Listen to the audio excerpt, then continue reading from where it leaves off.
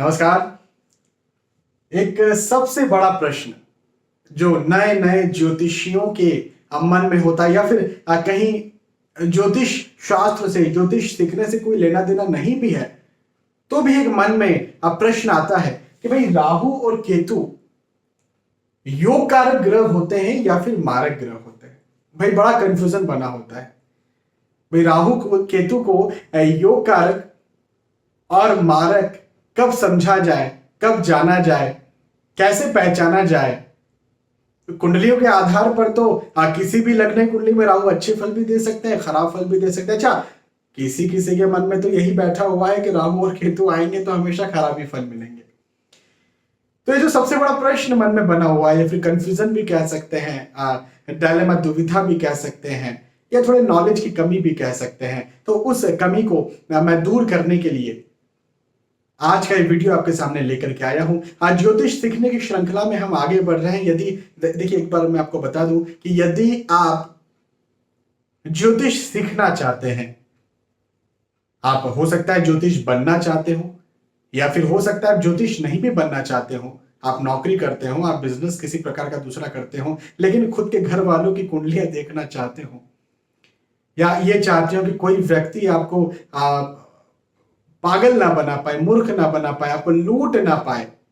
यदि आप ऐसा चाहते हैं तो जरूर से आपको VS एस्ट्रोलॉजी यूट्यूब चैनल की प्लेलिस्ट एस्ट्रोलॉजी लेसन हिंदी में सारे वीडियोस देखने चाहिए, सारे वीडियोस समझने चाहिए। मैं आपको एक गारंटी यहां पर दे सकता हूं कि उन सारे वीडियोस को देखकर समझकर आप एक बेसिक एस्ट्रोलॉजर जरूर से बन सकते हैं। एडवांस एस्ट्रोलॉजर बनने के लिए तो अपना समय पूरी तरह से ज्योतिष के फील्ड में लगाना पड़ेगा।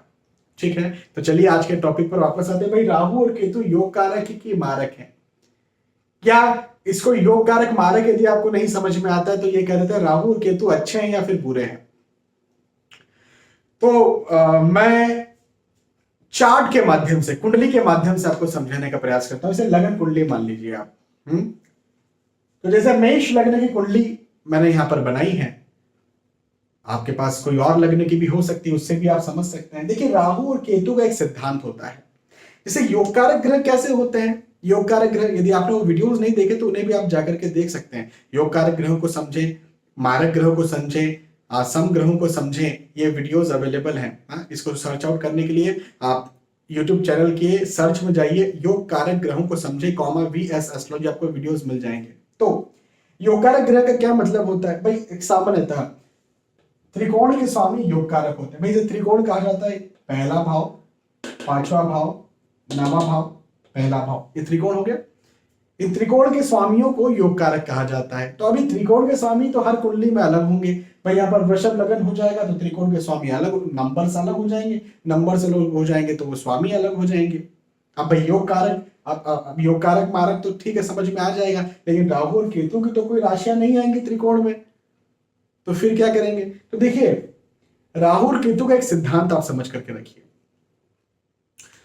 हर लग्न की कुंडली में, हर लग्न, मेष से लेकर मीन तक, हर लग्न की कुंडली में राहु और केतु अपने अच्छे फल भी दे सकते हैं, अपने खराब फल भी दे सकते हैं। हर लग्न की कुंडली में, ये हर लग्न की कुंडली में, वैसे टेक्निकली योग कारक मारक तो राहु केतु नहीं होते, लेकिन अच्छे या बुरे कह सकते हैं कि हर लग्न की कुंडली में अच्छे भी हो सकते हैं और बुरे भी हो सकते हैं। अब ये कैसे समझें कि अच्छे हैं या बुरे हैं किस लग्न की कुंडली में? तो देखिए, एक सीधा सा सिद्धांत इनका ये है कि ये जब मित्र राशि में बैठेंगे, मित्र राशि में बैठेंगे और मित्र राशि की स्थिति कहीं कुंडली में अच्छी है तो राहु और केतु अपने अच्छे फल देंगे। अब जैसे मित्र राशि क्या होती है राहु और केतु की? तो भाई राहु और केतु की मित्र राशि, अच्छा मैं आगे और विस्तार से आपको समझाऊं, कुछ एक्सेप्शनल चीजें भी रहेंगी, हाँ उनको भी आप ध्यान से समझना, लेकिन थोड़ा आगे समझाऊंगा, अभी थोड़ा मोटे मोटे तौर पर आप समझिए। राहु और केतु की मित्र राशि है 2 नंबर यानी वृषभ राशि। वृषभ राशि किसकी राशि होती है? शुक्र देवता की राशि होती है। राहु और केतु की मित्र राशि है 3 नंबर यानी मिथुन राशि। मिथुन राशि बुध देवता की राशि होती है। बुध देव के भी राहु और केतु जो है मित्र होते हैं। राहु और केतु की मित्र राशि है कन्या राशि, 6 नंबर यानी कन्या राशि बुध देवता की राशि होती है। 7 नंबर, ये भी मित्र राशि राहु और केतु के लिए।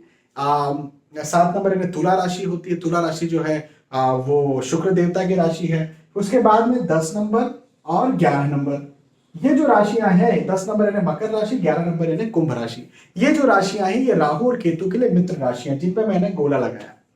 ठीक है, इसके अलावा जो दूसरी राशियां बनती हैं वो राहु और केतु के लिए शत्रु राशि आती है, जिन पर गोला नहीं लगा हुआ है। 1 नंबर मेष राशि, कर्क राशि, 5 नंबर यानी सिंह राशि, वृश्चिक राशि, धनु राशि, मीन राशि, ये राहु और केतु के लिए मित्र राशियां नहीं होती है। अब ये समझ करके चलिए। अब एक और एक्सेप्शनल, जैसे मैंने कहा था ना कि कुछ एक्सेप्शनल मैं आपको बताऊंगा, तो यहां पर क्या होता है कि स्पेशली बात करते हैं सिर्फ और सिर्फ केतु की। तो केतु की जब बात करेंगे तो यहां पर केतु जो है वो खराब फल देते हैं, नीच राशि स्थित हो जाते हैं 3 नंबर के साथ। और सेम यहां पर भी केतु को नीच राशि माना जाता है 2 नंबर और 3 नंबर के साथ। मित्र राशियां तो होती है लेकिन थोड़ा एक्सेप्शनल, देखिए हर जगह एक्सेप्शनल होता है। आप साइंस भी पढ़ेंगे ना तो वहां पर कुछ ना कुछ एक्सेप्शनल चीजें आपको देखने को मिलेंगी। फिजिक्स पढ़ेंगे वहां पर भी कुछ एक्सेप्शनल चीजें देखने को मिलेंगी, मैथ्स में भी, केमिस्ट्री में भी। तो उसी प्रकार से यहाँ पर भी तो 2 और 3 नंबर यहाँ पर केतु जो है अपने खराब फल दे जाते हैं। तो ये इस चीज को थोड़ा सा समझ लीजिएगा, नीच राशि स्थित हो जाती है इस वजह से। पहली बात ये। अब दूसरी बात ये कि जैसा मैंने आपको बताया कि भाई मित्र राशि में राहु और केतु बैठेंगे तो अपने अच्छे फल दे सकते हैं, लेकिन दूसरी शर्त यह है कि मित्र राशियों के स्वामियों ने भी कहीं अच्छा होना चाहिए। अब ये तो मैंने बता ही दिया कि यहाँ पर 2 नंबर और 3 नंबर के साथ केतु नीच हो जाता तो यहाँ पर तो कोई अच्छे फल देने वाले हैं नहीं। मान के चलते एक उदाहरण के तौर पर भाई राहु जो बैठे हुए हैं वो चलिए यहाँ पर बैठे हुए, राहु यहाँ पर बैठे हुए, हो सकता था केतु भी यहाँ पर बैठ जाते। चलिए वैसे दोनों साथ में नहीं बैठते हैं, दोनों आमने सामने बैठते हैं, लेकिन एक उदाहरण के तौर पर मैं आपको समझा रहा हूँ।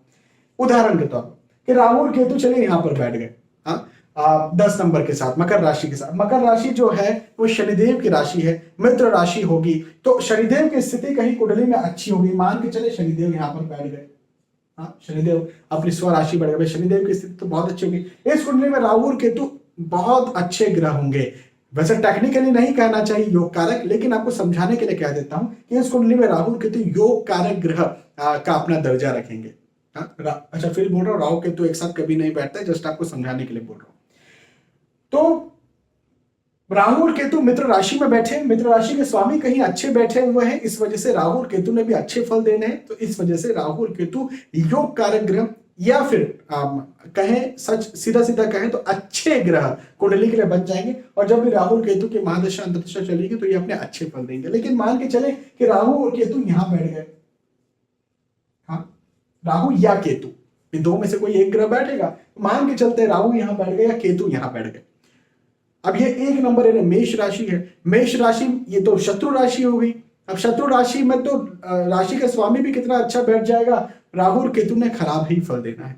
तो क्या समझे आप कि जहां पर गोले नहीं लगे हुए हैं वहां पर यदि राहु और केतु आकर के बैठते हैं, क्योंकि ये इनकी शत्रु राशियां हैं, तो यहां पर राहु और केतु खराब फल देंगे, वो कुछ भी स्थिति हो, कैसी भी स्थिति हो। लेकिन जहां पर गोले लगे हुए हैं वहां पर राहु और केतु आकर के बैठते हैं। खासतौर पर केतु के केस में 2 नंबर और 3 नंबर को छोड़ दीजिएगा।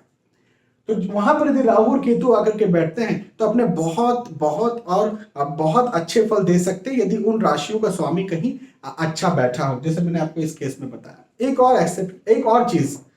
और चीज ये कि मैं ये बता के रखा हूं कि 6वें, 8वें और 12वें भाव में सामान्यतः राहु और केतु अच्छे फल नहीं देते। ये पता नहीं कहां से भ्रम पैदा हुआ है कि 6वें स्थान पर राहु ने बहुत अच्छे फल देना। हो सकता है मुझे कमेंट भी आ जाए किसी का कि अरे सर 6वें स्थान पर तो राहु बहुत अच्छे फल देते हैं, क्या बात कर रहे हो। तो भाई साहब जो भी कमेंट करने वाले हो या जिन्हें ऐसा लगता है वो पहले प्रैक्टिकल कुंडली उठा करके देखे किसी व्यक्ति की जिसे राहु की महादशा चल रही है, और समझे कि यहां पर क्या उसे अच्छे फल मिल रहे हैं, तो समझ में आ जाएगा। कुछ केसेस होते हैं जहां पर अच्छे फल मिलते हैं, लेकिन वहां पर फिर ऐसी स्थितियां होती है कि विवाह के पश्चात भाग्योदय हुआ उस व्यक्ति का, संतान के पश्चात भाग्योदय हुआ उस व्यक्ति का, तो ऐसी स्थितियां बनती है। देखिए मैं बहुत सारे नियम ला रहा हूं बीच बीच में। इसका मतलब आप क्या समझ रहे हैं? इसका मतलब यह है कि निसंदेह ज्योतिष में आप ऐसा नहीं कह सकते कि बस यही नियम है और बस इसी के सहारे आगे बढ़ गए। बहुत सारी चीजों को देखा जाना चाहिए। अब आप समझे कि जब एक अच्छा एस्ट्रोलॉजर होता है तो उसका दिमाग बहुत सी जगहों पर जाता है। बहुत सारी जगहों पर जाएगा, लेकिन आप मोटे मोटे तौर पर ये समझ कर रखिए कि छठवें स्थान, ये जो छठवां स्थान है, आठवां स्थान, ये जो आठवां स्थान है, और ये जो 12वां स्थान है, यहां पर यदि राहु और केतु आकर के बैठेंगे तो अपने सामान्यतः अपनी महादशा में खराब ही फल देंगे। इस बात को जरा आप समझ करके संभल करके चलिए। इसके अलावा यदि हम बात करते हैं तो ये राहु और केतु को के बारे में मैंने आपको समझा। अच्छा, एक और चीज मैं हमेशा बार बार कहते रहता हूं, डिग्री।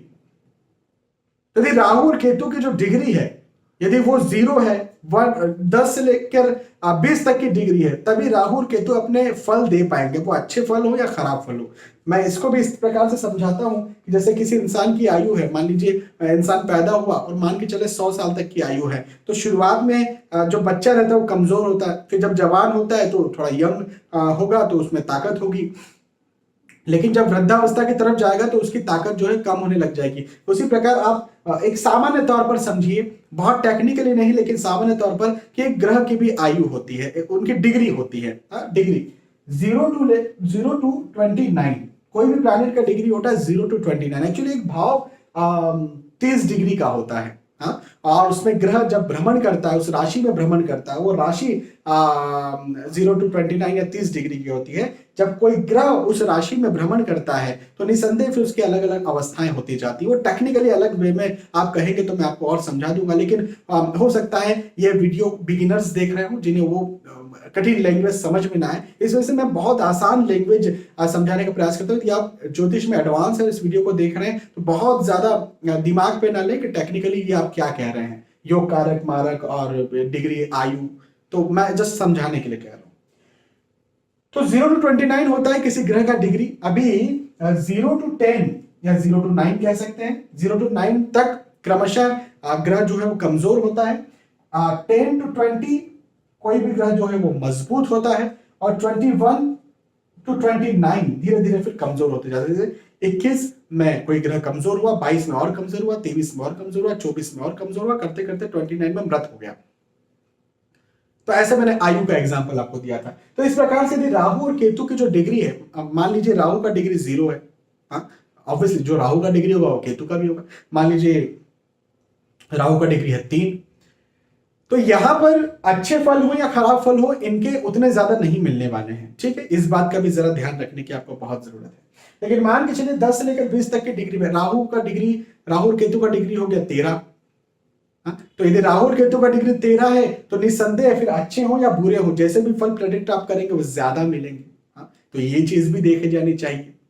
तो बहुत सारी चीजों को मैंने यहाँ पर डालने की कोशिश की है, लेकिन देखिए मेरा हमेशा से उद्देश्य ये रहा है कि आपको मैं परफेक्ट वे में बताऊं और बिल्कुल डिप्लोमेसी ना रखूं या अधूरी बात ना रखूं। सच कहूं तो अधूरी बात ना रखूं, मैं समझाने का प्रयास करूं। यदि आपको मेरी इतनी सारी बातें, इतने सारे नियम समझ में आए हैं कि जिन जिन बातों को देखा जाना चाहिए और जिन्हें मैं देखता हूं, हालांकि और भी बहुत सारी डीप एडवांस चीजें होती हैं, लेकिन सामान्यतः जिन जिन बातों को देखा जाना चाहिए, कम से कम इन बातों को तो देखा ही जाना चाहिए, वो मैंने आपको यहां पर समझाया। तो मुझे लगता है कि यदि आप ज्योतिष प्रेमी है तो आपको ये बात समझ में आई होगी। देखिए यदि नहीं भी आई है तो कमेंट करके मुझे बताइए कि भाई मुझे नहीं आई, तो हो सकता है मैं थोड़ा सा ढंग और चेंज करूं या समझाने का तरीका और चेंज करूं। ठीक है, तो जो सबसे बड़ा प्रश्न था, वो सबसे बड़ा प्रश्न आपका सॉर्ट आउट हुआ कि नहीं हुआ? प्रश्न क्या था? प्रश्न ये था, राहु और केतु योग कारक होते या मारक होते?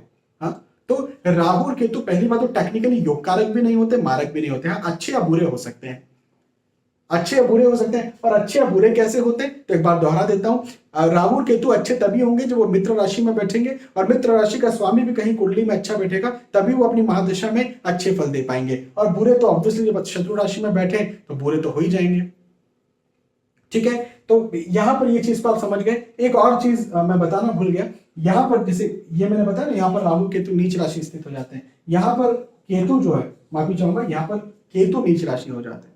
2 नंबर और 3 नंबर वृषभ और मिथुन राशि में केतु नीच राशि हो जाते हैं। यहां पर जो है वो केतु उच्च राशि हो जाते हैं।